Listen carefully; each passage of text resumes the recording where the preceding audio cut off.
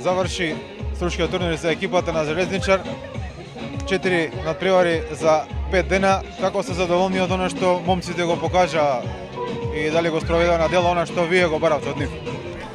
Pa ja imam osjećaj da možemo puno više nego što smo pokazali, pogotovo u utakmici za plasman. Dva naša najbolja, da kažem, igrača šutera, Sretenović i Vejn, nisu mogli da nam pomognu i to je predstavljao veliki problem. Morao sam protiv jedne čvrste odbrane Toulouse da igram sa dosta malih igrača, što je dosta komplikovano i napadati i braniti.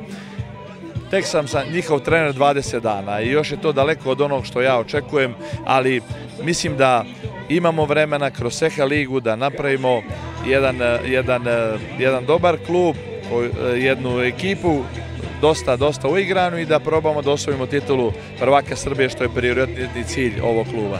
Што ви покажа овој турнир овде во однос на играчкиот кадар? Потребно ли е некаде уште да Железничар да се засили за да се оствари delo od ambicije koje što se zacrta na početak na sezonu? Pa malo nam je golmanska pozicija kritična i tu nisam zadovoljan učinkom golmana i kvalitetom, a to je veliki problem, jer golman je skoro pola ekipe. Tako, ako rešimo taj problem, mislim da ćemo imati ozbiljan sastav i da ćemo igrati ozbiljnu ulogu i u Seha ligi i naravno u domaćoj ligi. Една кратка оценка за стручкиот турнир.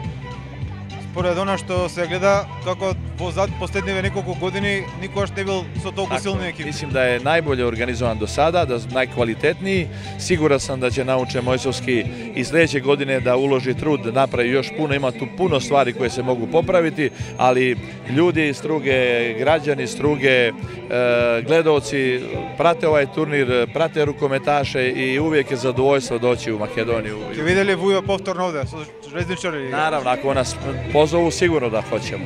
Благодарам многу, се не убаво.